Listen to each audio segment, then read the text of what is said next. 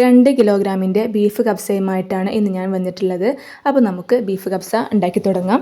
ആദ്യം തന്നെ ഞാൻ 2 കിലോഗ്രാം ബീഫ് ചെറുതായിട്ട് കട്ട് ചെയ്തതിന് ശേഷം നന്നായിട്ടൊന്ന് കഴുകി വെച്ചിട്ടുണ്ട്. അത് ഒരു കുക്കറിലേക്ക് ഇട്ടതിന് ശേഷം അതിലേക്ക് 2 ടേബിൾ സ്പൂൺ മല്ലിപ്പൊടിയും 1 ടേബിൾ സ്പൂൺ കുരുമുളക് പൊടിയും 1 ടീസ്പൂൺ മഞ്ഞൾപ്പൊടിയും 1 ടേബിൾ സ്പൂൺ ഉപ്പും കുറച്ച് വെള്ളം കൂടി ഒഴിച്ചതിന് ശേഷം ഇത് കുക്കറിൽ 5-6 വിസിൽ വരുന്നത് വരെ വേവിച്ചെടുക്കുക. ഇനി ഇത് വെന്തതിന് ശേഷം ഇത് വേറൊരു പാത്രം എടുത്തിട്ട് അതിലേക്ക് കുറച്ച് ഓയിൽ ഒഴിച്ച് കൊടുക്കുക. എന്നിട്ട് നമ്മൾ വേവിച്ച ബീഫിൽ നിന്നും വെള്ളം എടുക്കാതെ അതിൽ നിന്ന് ബീഫ് മാത്രം എടുത്തിട്ട് ഈ പാത്രത്തിലേക്ക് ഇട്ടിട്ട് നന്നായിട്ട് ഇതൊന്ന് കുറച്ച് ടൈം ഫ്രൈ ചെയ്തെടുക്കുക. ഇപ്പോൾ നന്നായിട്ട് ഫ്രൈ ആയി വന്നിട്ടുണ്ട്. ഇനി നമുക്കിതൊന്ന് സൈഡിലേക്ക് മാറ്റി വെക്കാം. ഇനി 2 കിലോഗ്രാമിൻ്റെ ബിരിയാണി പോട്ട് എടുത്തിട്ട് അത് ചൂടായി വരുമ്പോൾ അതിലേക്ക് ഒരു 200 to 300 ഗ്രാം സൺഫ്ലവർ ഓയിൽ ഒഴിച്ച് കൊടുക്കുക. അതൊന്ന് ചൂടായി വരുമ്പോൾ ഞാനിതിലേക്ക് 4 മീഡിയം സൈസിലുള്ള വലിയുള്ളി ചെറുതായിട്ട് സ്ലൈസ് ചെയ്തതും പിന്നെ 10 ഏലക്കായും 10 ഗ്രാമ്പുവും പിന്നെ ഒരു വലിയൊരു കഷ്ണം പട്ടയും കൂടി ഇട്ട് കൊടുക്കുക. പിന്നെ ഇതിലേക്ക് ഞാൻ 3 ടേബിൾ സ്പൂൺ ഇഞ്ചി വെളുത്തുള്ളി പേസ്റ്റ് ഇട്ട് കൊടുക്കുന്നുണ്ട്. പിന്നെ അതുകൂടി കഴിഞ്ഞാൽ പിന്നെ മിക്സിയിൽ അടിച്ചെടുത്ത 5 തക്കാളി മീഡിയം സൈസിലുള്ള 5 തക്കാളി കൂടിയും പേസ്റ്റ് ആക്കിയിട്ട് ഇതിലേക്ക് ഒഴിച്ച് കൊടുക്കുക. പിന്നെ ഇതിലേക്ക് വേണ്ടത് ചിക്കൻ ക്യൂബാണ്. ഞാനിവിടെ ഇതുപോലത്തെ 2 ചിക്കൻ ക്യൂബ് ഇതിലേക്ക് ഇട്ട് കൊടുത്തിട്ടുണ്ട്. പിന്നെ ഒരു ഡ്രൈ ലെമൺ ഇട്ട് കൊടുക്കുന്നുണ്ട്.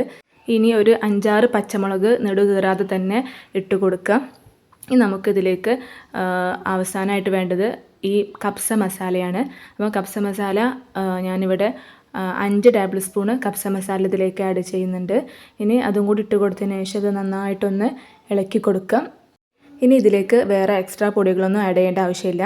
ഇനി നമ്മൾ നേരത്തെ ഫ്രൈ ചെയ്ത് മാറ്റി വെച്ചിട്ടുള്ള നമ്മുടെ ബീഫ് ഇതിലേക്ക് ഇട്ട് കൊടുക്കുക.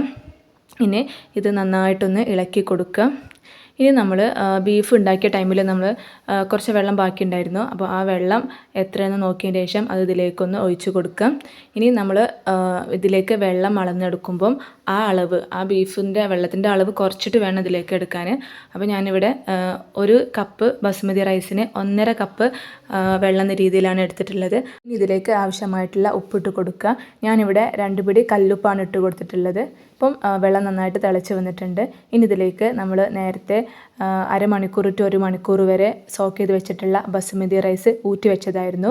ആ റൈസ് ഇതിലേക്ക് ഇട്ട് കൊടുത്തിട്ട് നന്നായിട്ടൊന്ന് ഇളക്കി കൊടുക്കാം.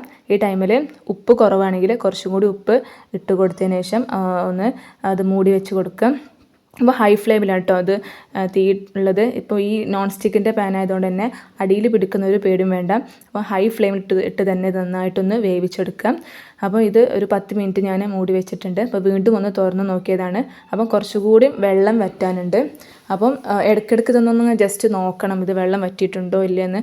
അപ്പോൾ കുറച്ചുകൂടി വെള്ളം വറ്റാനുണ്ട്. അപ്പോൾ ഞാനിത് കുറച്ച് ടൈമും കൂടി ഒന്ന് മൂടി വെക്കുന്നുണ്ട്. ഇപ്പോൾ ഇത് നന്നായിട്ട് കറക്റ്റ് വറ്റി വന്നിട്ടുണ്ട്. ഇനി നമുക്കിത് ഫ്ലെയിം ഓഫ് ചെയ്തിട്ട് കുറച്ച് ടൈമും കൂടി ഇത് മൂടി വെക്കാം. ഇപ്പോൾ നമ്മുടെ കബ്സ റെഡി ആയിട്ടുണ്ട്. അപ്പം ടേസ്റ്റി ആയിട്ടുള്ള ഈ ബീഫ് കബ്സ ഏകദേശം ഒരു 16 to 20 പേർക്ക് വരെ സെർവ് ചെയ്യാൻ പറ്റും. അപ്പോൾ എല്ലാവരും ഒന്ന് ട്രൈ ചെയ്ത് നോക്കുക. താങ്ക്